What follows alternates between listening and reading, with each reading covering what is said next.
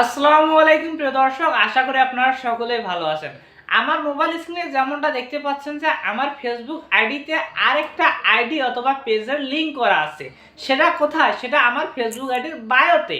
So বন্ধুরা, আপনারাও চাইলে কিন্তু এভাবে আপনার কোনো একটা ছোট আইডি অথবা কোনো একটা ছোট পেজ আপনার বড় আইডি অথবা পেজের সাথে লিঙ্ক করে অথবা বায়োতে সেট করে রাখতে পারেন, যাতে করে পরবর্তীতে আপনার আইডিতে যে দর্শকটা আসবে সেই দর্শকটা সেই আইডিটি দেখতে পারবে।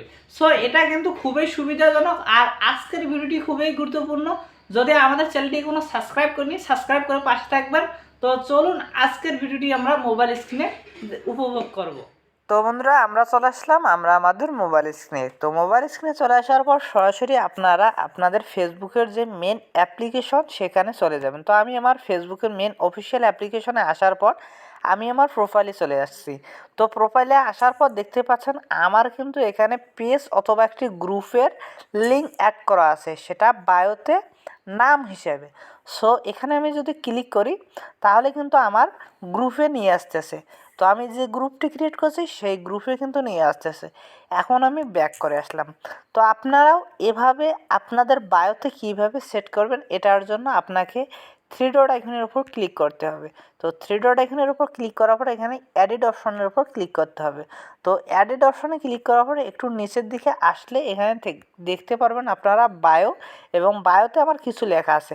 আপনাদের যদি কিছু লেখা না থাকে তাহলে এখান থেকে এডিট অপশনের উপর ক্লিক করে দিবেন। তো আমি এডিট অপশনের উপর ক্লিক করে দিয়ে আমি এখানে বায়োতে কিছু লিখিয়ে তারপর আমার পেজটি মেনশন দেবো। তো সাপোজ এই পেজটি আমি এখন আমার এই যে গ্রুপটি আছে এটি আমি কেটে দেবো। এখন আমি আরেকটি পেজ মেনশন করব। তো অনেকেই জানে না যে মেনশন কিভাবে করতে হয়। মেনশন করার জন্য সর্বপ্রথম @ নিতে হবে আমাদেরকে। এরপর আমাদের যে পেজটিকে মেনশন দেবো সেই পেজটির নাম লিখতে হবে। তো আমি এবার পেজটির নাম লিখলাম এবং আমি এখান থেকে এই দেখতে পাচ্ছেন সেভ। তো এই সেভ অপশনে ক্লিক করে দেব। তো সেভে ক্লিক করার পর এখান থেকে ব্যাক চলে আসবো। তো ব্যাক চলে আসার পর একটু রিফ্রেশ করে নেব। তো দেখতে পাচ্ছেন আমাদের মেনশন কিন্তু চেঞ্জ হয়ে গেছে।